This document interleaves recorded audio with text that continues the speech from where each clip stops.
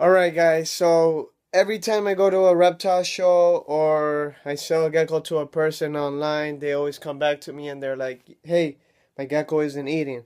Well, guess what? It probably is. You just don't see it. Um, so I just wanted to go over real quick the amount of food you should be serving and what to expect when you're feeding your brand new baby gecko the crested gecko diet or the Pangea or whatever. So without further ado, let's get this through.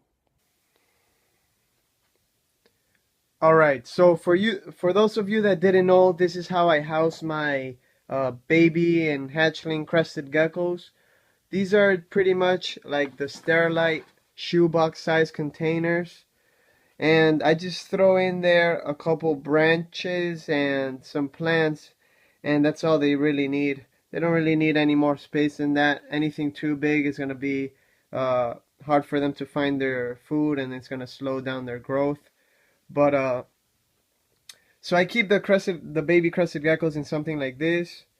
Very small, easy to manage, easy to clean. I have a paper towel right under there, and this is what I feed them on.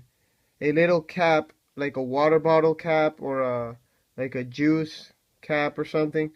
But I only cover it in the smallest, the bottom layer is the only thing I cover with food just to see if they're eating. If you fill this thing up to the top, you're gonna think your gecko's not eating because they probably only take a couple licks each night, and they are, evolutionary made to not eat that much since food is not readily available in the wild.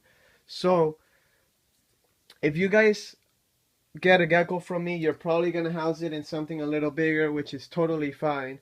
Usually you would house it in a cage about this size. So what I recommend doing is first of all, don't for a baby animal, I wouldn't go on and put anything more than this. I like to keep it a little more simple because just so the poop is easier to see, and so it'll be easier to find the animal whenever I want to take it out to handle it or whatnot. So this is not a crested gecko. This is a Rhacodactylus chahua, a mossy gecko. But this is a juvenile on top of that. But anyways, so as you can see, what I feed with these guys is just on the bottom layer, I put the food, and in the middle right there, you could see a small lick mark. It probably ate a little bit more than that, but it's hard to tell with smaller animals like these. But as long as your animal is pooping and it looks healthy, I wouldn't really worry about anything too much. A healthy animal is not really going to starve itself.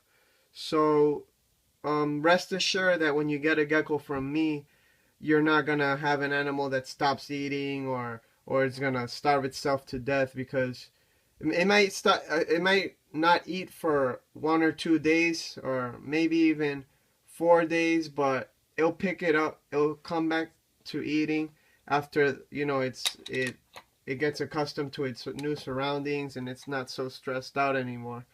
So again, I would start off with something like this, just a small bottle cap.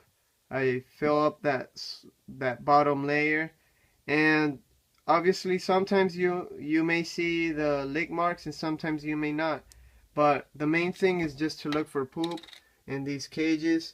With paper towel, it's easier to tell than with this mulch, but again, some people don't like the paper towel look. But yeah, so look for poop. Don't look too much at the food bowl because they eat very little. And if you guys have any other additional questions, please let me know.